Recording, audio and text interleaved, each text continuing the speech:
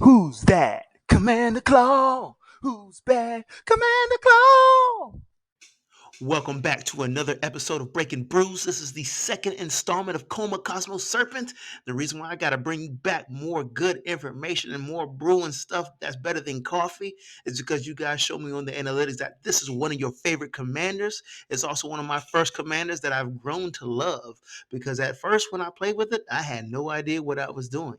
I had no idea that it was a control commander and tapping down all your opponent's activated abilities or mana can be so devastating. If you don't know what I mean by that, or really would like a video explaining the power of Coma, let me know in the comments below. Just type Coma. Coma control. Koma control. Control. But anyway, if you know what Coma does, go ahead and skip to the slide where it says twerk that mana. I know that's a funny name, but stay tuned right now because I'm about to read what the card does. Coma for 7 mana, 3 colors, 2 blue, 2 green. It's a 6/6 legendary creature serpent. It can't be countered. The only way it can be stopped if it says return target spell to owner's hand. That's the way you can bounce it back to his hand. Otherwise, it can't be countered. It also says at the beginning of each upkeep, create a 3/3 blue serpent creature token named Coma's Coil. Sacrifice another serpent. Choose one of these two abilities. Tap target permanent. Its activated abilities can't be activated. Or Coma Cosmos Serpent gains indestructible until end of turn. So the strength of this Coma Cosmos Serpent deck is controlling your opponent's turn by tapping down land, creatures, enchantments, and stifling their effects. And you can ultimately swing with commander damage and actually go wide at the same time with your Coma Coil Serpent. And at the same time, Coma is indestructible by sacrificing a serpent. That's pretty powerful. So the next slide is all about twerking that mana, and I want to give players more opportunities to capitalize on creative ways to make more mana. Without further ado, twerk that mana. Twerk that mana means, hey, how can you make more mana? Make more mana. So you always have more mana in play than you would actually have. Sounds confusing, right? Okay, let me get right into it. The first card we have is Crufix. Crufix, God of Horizons for 5 mana, 3 3 generic, blue and a green. The goal of this God enchantment creature that is indestructible is for you to create more mana. Okay? Its first ability says as long as your devotion to green and blue is less than 7, Crufix is not a creature. Also, you have no maximum hand size. Also, if unused mana will empty from your mana pool, that mana becomes colorless instead. That is what we're going to talk about here.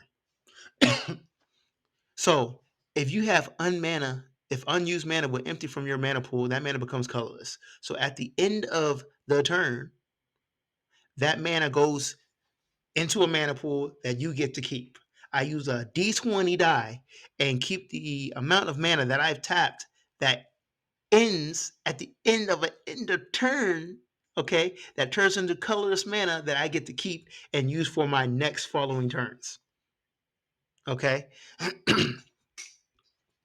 so what what does that mean, right? I'm gonna give you an example. Let's say on your turn, you have a total of 5 mana. At the end of your turn, you pass your turn. You had 5 mana available and you did not use it. Player two's turn happens, you don't tap your mana. Player three turn happens, you don't tap your mana. Player four turns happen, you don't tap your mana until the end of his phase, right?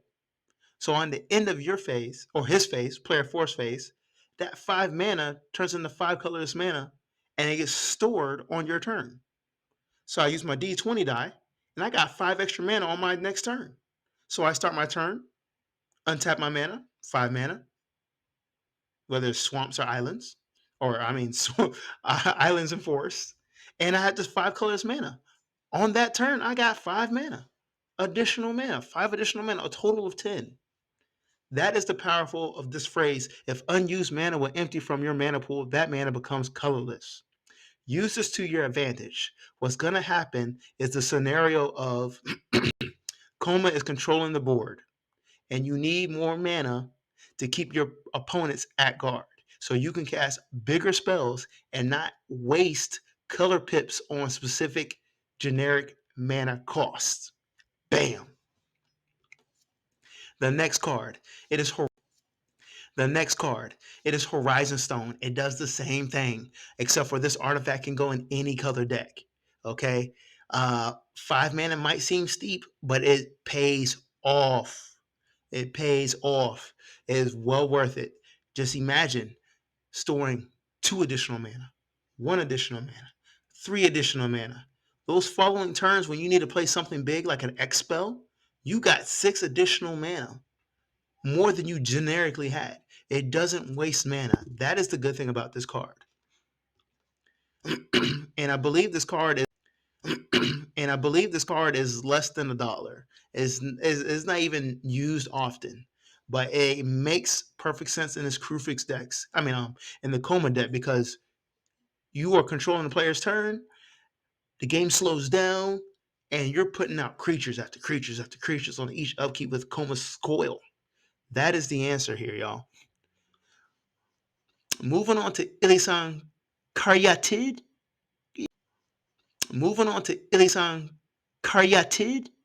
Yeah, I don't know how to say that, right?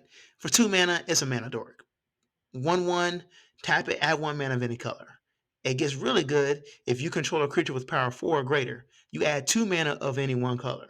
So if you have this on the field with Coma or any creature with power 4 or greater, you're tapping this 1/1 for 2 mana at 2 CMC. That's a great rate. You got to find cards in your deck that just sneakily boost a little bit more. Lately, I've been trying to find cards that have just those requirements. Those requirements that if you meet, it gives you that that one extra boost. Bump the generic cards. They're good, but what really is gonna get you ahead in a match is those requirements, and you can build your deck with these requirements. Sometimes you just have to wait for a certain time of gameplay for it to happen, whether it's early, middle, or late, or when the game has a different pace where you're behind. These cards are beneficial. Next up, since Coma is the next up, since Coma is the commander, pretty much you built the deck around her. For 7 CMC, she is the focus. And there's a reason why I said this spell can't be countered, because the designers want you to be able to play with this card. Getting to 7 CMC can be difficult, but you are in Simic colors. Anyways, I have Leyline Immersion for you. It's a 4 mana aura enchantment. It says, enchant legendary creature. Enchanted creature has ward 2 and tap it, add 5 mana any combination of colors, spend this mana only to cast spells. So this is a form of protection for Coma. Ward 2 says a player that's going to target it has to pay an additional 2 mana. So that means Swords to Plowshares is going to cost 3. Nobody really wants to pay 3 mana for a Swords to Plowshare, but they will do it. They will do it because Coma is that demanding. It is that much of a threat. That's the other thing I think players don't keep in mind. When you play with a commander 1 or 2 times, if it does what it does, if it does all of its abilities and you built a deck around its strength, players are not going to like it. They will try to get rid of it. It is an immediate threat. Coma is one of those. So this is a great card. If you get her on the battlefield, you can pseudo protect her and use her as a massive mana rock while you're making 3/3 serpent coils. Man, as you have this overwhelming board state with all these coil serpents out there, take advantage of going wide, right? Elven Chorus is a 4 CMC enchantment. It says you may look at the top card of your library anytime. Also, you may cast creature spells from the top of your library. Also, it says creatures you control have tap, add 1 mana of any color. So every 3/3 that you put out on each player's upkeep becomes a mana dork. Along with becoming mana dorks, you get to look at the top card of your library, giving you an extra step of play. Knowing that extra card allows you to predict and expect what you want to play the next turn. Staying ahead of the game, seeing the card, drawing the card. That's what you need to do. Great card. Also, you may cast creature spells from the top of your library. If you make this a creature heavy deck, you're going to be able to cast more creatures. Granted, they might have an ATB trigger that you need. I don't know how you built your deck, but this enchantment is just a great way to capitalize on seeing an extra card and turning tokens, creature tokens, into mana rocks. I wish I actually knew the cost of this. I wish I actually knew the cost of this enchantment. It is from the Lord of the Rings set. So look it up. Let me know in the comments below how much it costs. I'm guessing like $3. Okay. Politics as usual. Okay. Politics as usual. Comment below if you disagree or agree, or you like anything about this. And don't forget to subscribe to the channel because without you, I can't keep making YouTube videos about your favorite commanders.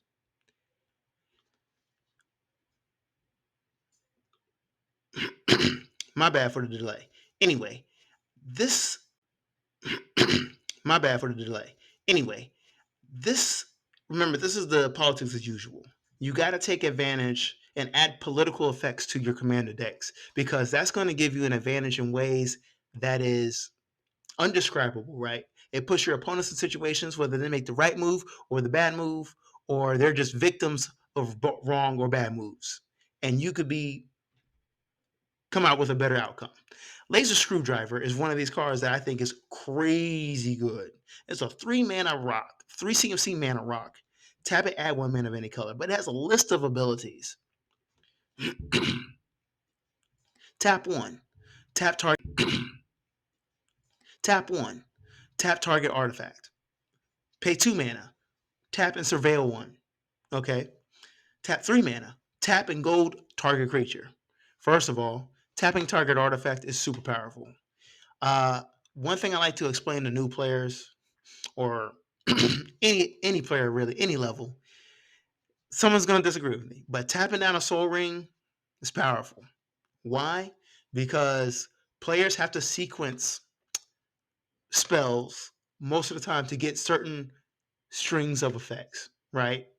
Remember, there is a pre-combat main phase, there's a combat main phase. There's a combat phase, there's additional combat phases, and there's a post-combat main phase. If you eliminate a player being able to tap a mana rock for 2 mana and you tap it on their upkeep, on their on their main combat phase, that means they can't use it during combat or post combat main phase. You get my point here? So take advantage of phases. That's what the game is about. Phases, layers, different effects, timing. Each player's turn has different levels of timing and you can take advantage of it. That's why Coma is even more powerful than you probably realize. You're tapping down effects and abilities and not giving a player what the word I'm looking for, their desired timing of those effects. Also, the gold target creature effect, this just opens up players being vulnerable for attack. In other words, forcing players to attack with creatures they don't want to attack with, and they can possibly lose that creature and lose a blocker. And they become available to be hit by you and other players. Straight up. Straight up. That's what how powerful gold is. Boxing ring. So I was thinking of a card that is taking advantage of creating your serpents, right? And we've got opportunities to make them into mana rocks, but the boxing ring does something different. Boxing ring. So I was thinking of a card that is taking advantage of creating your serpents, right? And we've got opportunities to make them into mana rocks, but the Box Marine does something different. It says, whenever a creature enters the battlefield under your control, it fights up to one target creature you don't control with the same mana value. Tap it, create a treasure token. Activate only if a creature fought this turn. So, now just remember your creature tokens have 0 CMC value. Those 0 CMC value creatures can only fight other 0 CMC value creature tokens. And most of the time, your 3/3s are pretty powerful, and they're going to take out those 0 CMC value creatures can only fight other 0 CMC value creature tokens. And most of the time, your 3/3s are pretty powerful, and they're going to take out those creature fighters, sack creatures, whatever BS that are 1/1s, 2/2s that players are hanging on. That's why I like this card. Most players are not going to have a 7 CMC creature on the battlefield. I can't say that. I don't know that. I don't know that. If you cast Coma with this, it is fighting a 7 CMC creature, and you just might win that. You just might win that. This is a pseudo board wipe. Pseudo board wipe that needs a certain criteria.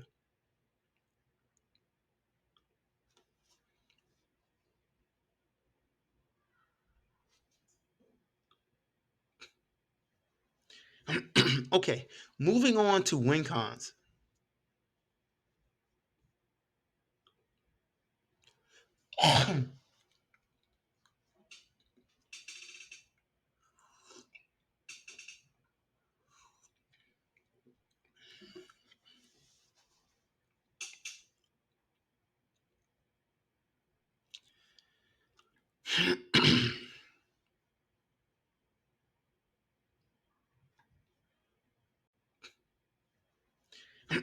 Okay, moving on to win cons.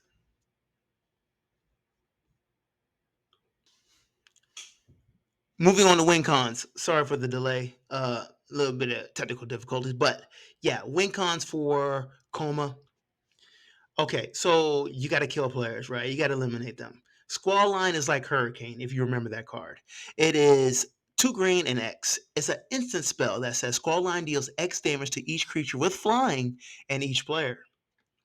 You would want to use this card when you have more life points than your opponents, and you have enough mana to do that much damage. Or you want to swing the tide of battle and make players lose more life than expected. Use this to your advantage at instant speed. I would like to use this at the end of the player's turn before mine. So okay, so you got to kill players, right? You got to eliminate them. Squall Line is like Hurricane, if you remember that card. It is 2 green and X. It's an instant spell that says Squall Line deals X damage to each creature with flying and each player. You would want to use this card when you have more life points than your opponents, and you have enough mana to do that much damage.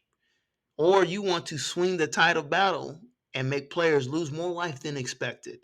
Use this to your advantage at instant speed. I would like to use this at the end of the player's turn before mine.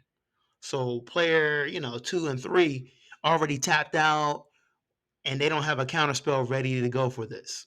And you start your turn off with a wide board state, those 3/3 serpents, and Coma itself. And players are already at like 5 life. It's a nice change of pace, instant speed. Put it in your deck. All right, moving on to commander damage. How can you win with Coma? Commander damage, easy. But can you get to 21? Can you swing 21? I believe you can. Here's a good card. Boon of Boseiju. Tap a 1 colorless and a green as an instant. Target creature gets +X/+X until end of turn, where X is the greatest mana value among permanents you control. Untap it. So that means Coma is going to get +7/+7, making it a 13/13 when you attack and untapped and attacking. That is super powerful. That's swinging for 13 commander damage. The only thing that can make this card better if it had trample some way somehow. But this card is a good effect to catch player. Sorry, catch players off guard. All right. Thank you for watching Breaking Brews with Commander Claw. Sorry for the technical difficulties, but I'm glad you stayed locked in and continue to watch. If you like more content like this, go ahead and hit that subscribe button so you can stay tuned. And let me know in the comments below if anything else you want to know about Coma. Obviously, I talked about earlier, if you don't know the power of Coma, and I can make a video about that. Just let me know. Peace.